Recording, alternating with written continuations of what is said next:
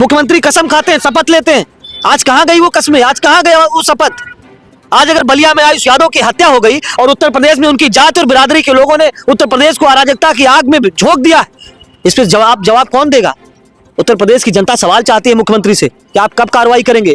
कोई आरोपी अगर यादव होगा, मुसलमान होगा, तो उसके घर को नेस्तनाबूद कर दिया जाएगा, उसके ऊपर मुकदमे लगाए जाएंगे, उसके घर पे मुकदमे लगाए जाएंगे, उसके परिवार पे लगाए जाएंगे, उसको जेल की सलाखों के पीछे ठूस दिया जाएगा। यही राम राज्य। बुलडोजर, माननीय मुख्यमंत्री जी का बुलडोजर जो है वो केवल यादव और मुसलमानों के ऊपर चलता है। अगर आरोपी यादव है या मुसलमान है तो उसके घर पे बुलडोजर चल जाएगा। बहुत आसान है बुलडोजर को चलाना। लेकिन जब आरोपी मुख्यमंत्री जी का स्वजाती होता है, यानी कि ठाकुर होता है, तब मुख्यमंत्री के बुलडोजर का तेल खत्म हो जाता है। बहुत सारी उत्तर प्रदेश में आप घटनाएं देख रहे, लगातार हो रही हैं, और लगातार इस उत्तर प्रदेश को अराजकता की आग में झोंकने का काम अगर किसी ने किया है तो योगी आदित्यनाथ ने किया है, और उनके स्वजाती लोगों ने पूरे प्रदेश में अराजकता फैला रखी है। साथियों नमस्कार, मैं वीरू और आप देख रहे हैं काकोरी दंगल। रामराज की बात की जाती है उत्तर प्रदेश में, मुख्यमंत्री योगी आदित्यनाथ जी कहते हैं, लेकिन लगातार आपने देखा होगा कि बलिया में भी 3 दिन पहले आयुष यादव के नाम की व्यक्ति की रोबिन सिंह ने गोली मारकर हत्या कर दी थी। उसमें 3 लोग शामिल थे, गोली मारकर हत्या कर दी है। 3 दिनों की घटना हो चुकी है, अभी तक गिरफ्तारी नहीं हुई है। मुख्यमंत्री जी रामराज की बात करते हैं और घर में मातम का माहौल बना हुआ है, और पीड़ित पक्ष लगातार कह रहा है कि क्या अब योगी आदित्यनाथ जी का इस पर बुलडोजर चलेगा, क्योंकि उत्तर प्रदेश में बुलडोजर एक प्रक्रिया हो गई है। अगर कोई ऐसे कांड होते तो बुलडोजर तुरंत चलता है। क्या इस सवाल को लेकर बातचीत करेंगे, हमारे महेंद्र यादव जी, उससे बातचीत करने का प्रयास करेंगे। मुख्यमंत्री जी रामराज की बात करते हैं, अभी आपने बलिया में देखा होगा आयुष नाम के व्यक्ति गोली मारकर हत्या कर दी है। अब पीड़ित पर यह कह रहा है क्या उस पर बुलडोजर चलेगा? ड्राइवर छोड़ करके बुलडोजर को भाग गया है या डीजल खत्म हो गया है?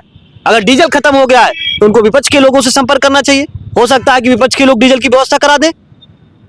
लेकिन मुख्यमंत्री की मंशा स्पष्ट है कि उनको सिर्फ और सिर्फ कुछ चयनित लोगों को अपराधी बनाना है, आरोपी बनाना। बुलडोजर, माननीय मुख्यमंत्री जी का बुलडोजर जो है वो केवल यादव और मुसलमानों के ऊपर चलता है। अगर आरोपी यादव है या मुसलमान है तो उसके घर पे बुलडोजर चल जाएगा। बहुत आसान है बुलडोजर को चलाना। लेकिन जब आरोपी मुख्यमंत्री जी का स्वजाती होता है, यानी कि ठाकुर होता है, तब मुख्यमंत्री के बुलडोजर का तेल खत्म हो जाता है। बहुत सारी उत्तर प्रदेश में आप घटनाएं देख रहे, लगातार हो रही हैं, और लगातार इस उत्तर प्रदेश को अराजकता की आग में झोंकने का काम अगर किसी ने किया है तो योगी आदित्यनाथ ने किया है, और उनके स्वजाती लोगों ने पूरे प्रदेश में अराजकता फैला रखी है। कोई आरोपी अगर यादव होगा, मुसलमान होगा, तो उसके घर को नेस्तनाबूद कर दिया जाएगा, उसके ऊपर मुकदमे लगाए जाएंगे, उसके घर पे मुकदमे लगाए जाएंगे, उसके परिवार पे लगाए जाएंगे, उसको जेल की सलाखों के पीछे ठूस दिया जाएगा। यही राम राज्य।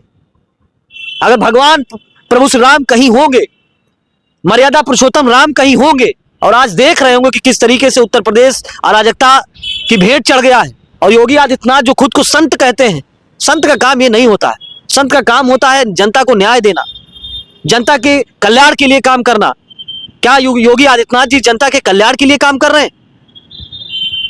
आप सोचिए कि उत्तर प्रदेश में आज किस तरीके से दलितों और पिछड़ों के ऊपर, उत्तर प्रदेश के मुसलमानों के ऊपर किस तरीके से अपराध हो रहा है, अत्याचार हो रहा है। आज तो उत्तर प्रदेश का मुसलमान अपने आप को 2म दर्जे का नागरिक मान करके बैठा हुआ है। ये जो विश्वसनीयता खत्म हो रही है सरकार के ऊपर से और राज्य के ऊपर से, ये मुझे लगता है कि ये आने वाले समय में राज्य के कल्याण के लिए ठीक नहीं है। राज्य अराजकता की आग में चला जाएगा। इस तरीके से सरकारों को नहीं काम करना चाहिए। आपको जनता के मन में भरोसा पैदा करना चाहिए, विश्वास पैदा करना चाहिए। अच्छा, 3 दिनों की लगभग अभी तक घटना हो चुकी है और लगातार वहां पर लोग पहुंच रहे हैं, लगातार उनको सतावना दे रहे हैं। आपको क्या लगता है कि देरी क्यों हो रही, गिरफ्तारी नहीं हो पा रही है, बुलडोजर नहीं चल पा रहा, क्यों इतनी लेट क्यों? आयुष यादव हिंदू नहीं है। मुख्यमंत्री की नजरों में आयुष यादव हिंदू नहीं है। अगर हिंदू होता तो मुख्यमंत्री अब तक बुलडोजर चलवा चुके होते, या फिर हो सकता है छोटा हिंदू हो, उनके जो स्वजाती हो, बड़े हिंदू हो, जो लगातार अपराध कर रहे हैं। आज किस तरीके से माफियाओं के चंगुल में ये प्रदेश फंस चुका है। आप लगातार तमाम माफियाओं का इंटरव्यू सुन रहे होंगे। एक माफिया दूसरे के ऊपर आरोप लगाता है, दूसरा माफिया दूसरे के ऊपर आरोप लगाता है कि हमने इतनी हत्याएं कर दी, उसने उतनी हत्याएं कर दी, उसने उस महिला की हत्या कर दी, उसने उस महिला की हत्या कर दी। आज उत्तर प्रदेश में चल क्या रहा है? मतलब दलित, पिछड़ा, मुसलमान और महिलाओं की अस्मिता से खिलवाड़ होगा, और योगी आदित्यनाथ अपने आप को संत का चोला पहन करके अपने आप को मौन करके बैठ जाएंगे।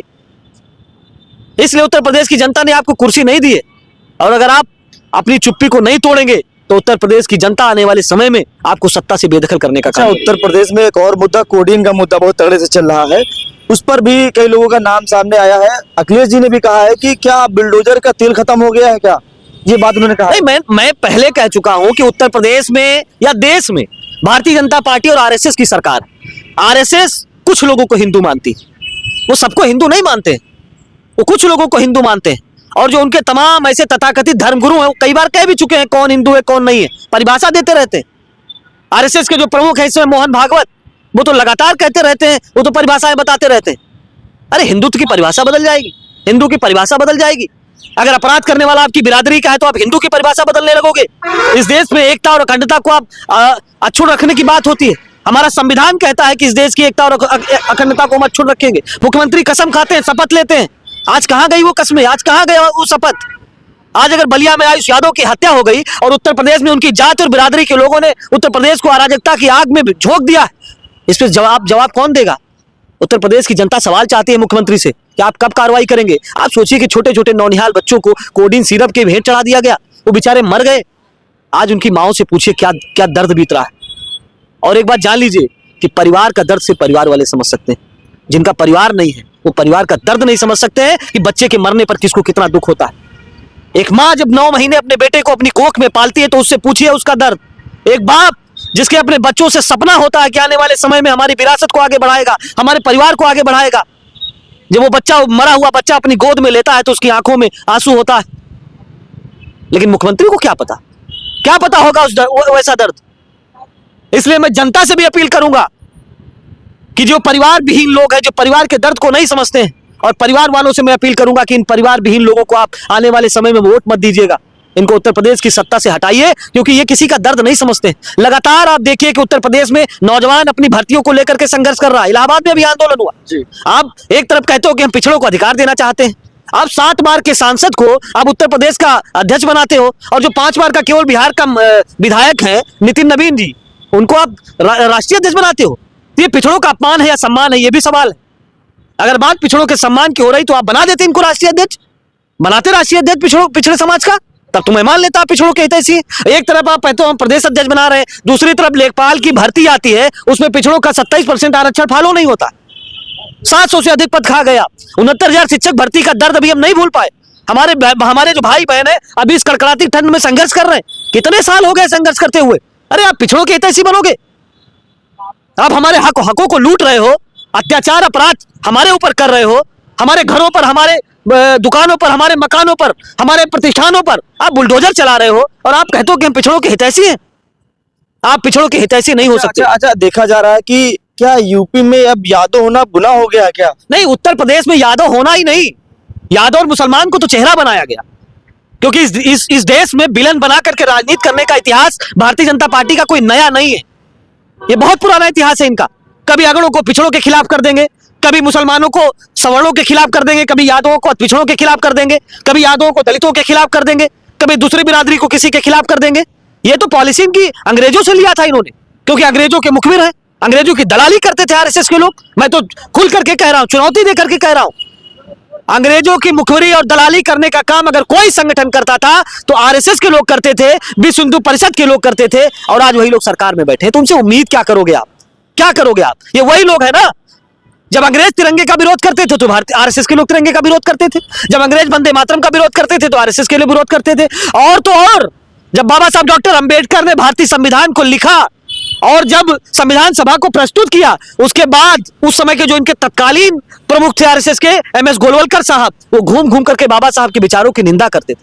पता क्या कहते थे? कहते थे डॉक्टर अंबेडकर, अरे ये शूद्र।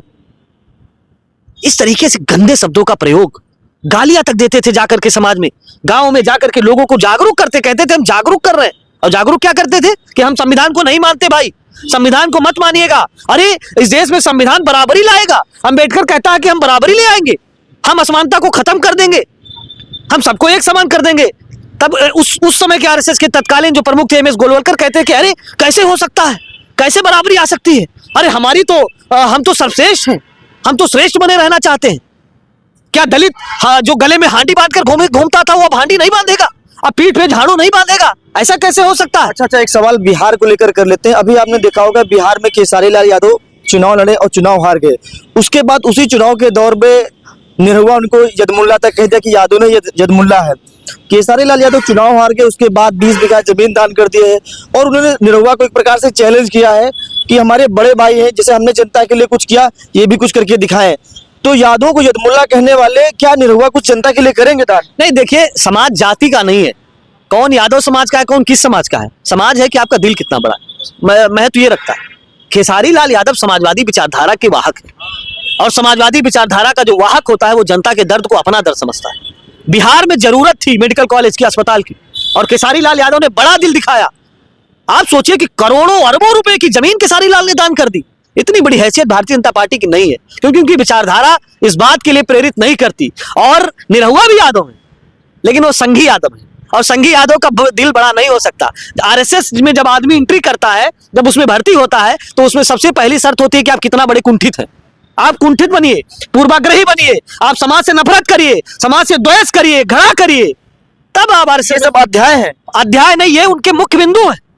आरएसएस का ये मानक है कि आप कितना घृणा कर सकते हैं, समाज से नफरत कर सकते हैं, द्वेष कितना है आपके मन में, आप कितने क्रूर हो सकते हैं, आप कितने आप मानवताहीन हो सकते हैं। आपके अंदर मानवता नहीं होनी चाहिए। ये आरएसएस का पैमाना है, मानक है। आप हत्या कर सकते हो कि नहीं कर सकते हो, हत्या को डिफेंड कर सकते हो कि नहीं कर सकते हो, आप कितने बड़े अपराधी हो, आप जितने बड़े अपराधी हो उतने बड़े भाजपाई हो। अच्छा, ये लोग सवाल उठा रहे कि केसारी लाल यादव सत्ता में नहीं, निरहुआ पूर्व सांसद रह चुके हैं, उनकी उत्तर प्रदेश में सरकार है, दिल्ली में सरकार है, उनका तो और बड़ा दिल दिखाना चाहिए जनता के लिए। क्या लगता है महेंद्र जी, कुछ कर पाएंगे? आप ये बताइए, निरहुआ की क्या हैसियत है? जो वर्तमान में उत्तर प्रदेश में जिसकी सरकार है, केंद्र में सरकार है, लाखों करोड़ रुपए का बजट है, वो अस्पताल नहीं बना पा रहे हैं। चले जाओ आप अस्पताल, आप तो पत्रकार हो, आप वहां बताना मत कि आप पत्रकार हो। अगर बता दोगे तो आपका इलाज हो जाएगा, क्योंकि डरते बहुत है ये सब। अगर नहीं बताओगे आप तो आपको बेड नहीं मिलेगा। मेरी गारंटी है, मेरा दावा है, आपको बेड नहीं मिल सकता उत्तर प्रदेश में या पूरे देश में। आप कहीं चले जाओ, पीजीआई में चले जाओ, ये तो केंद्र का अस्पताल है, दिल्ली का है, क्या बेड मिलता है वहां पे? नहीं मिलता है। और खेसारी लाल यादव को मैं बधाई देना चाहता हूं, उत्तर प्रदेश की जनता की तरफ से बधाई देना चाहता हूं कि आपने आम जनमानस के लिए अपना खजाना खोल दिया। चुनाव हारा हुआ व्यक्ति, आप सोचिए, चुनाव हारने के बाद लोग बेड पे पड़े रहते हैं, मातम मनाते हैं, लेकिन वो समाजवादी विचारधारा की वाहक है। समाजवादियों को चुनाव हारने और जीतने पे फर्क नहीं पड़ता, क्योंकि हम डॉक्टर लोहिया को मानने वाले लोग हैं। आपको पता है डॉक्टर लोहिया कितना चुनाव लड़े, कितना चुनाव हारे, कभी फर्क नहीं पड़ा। उनसे तमाम बार लोगों ने कहा कि आप कहीं और से लड़ जाइए, आप सांसद हो जाएंगे, लेकिन वो नेहरू के खिलाफ लड़ते थे। क्यों? क्योंकि कहते थे जब मैं जवाहरलाल नेहरू के खिलाफ लड़ूंगा तो देश में एक नया विमर्श बनेगा।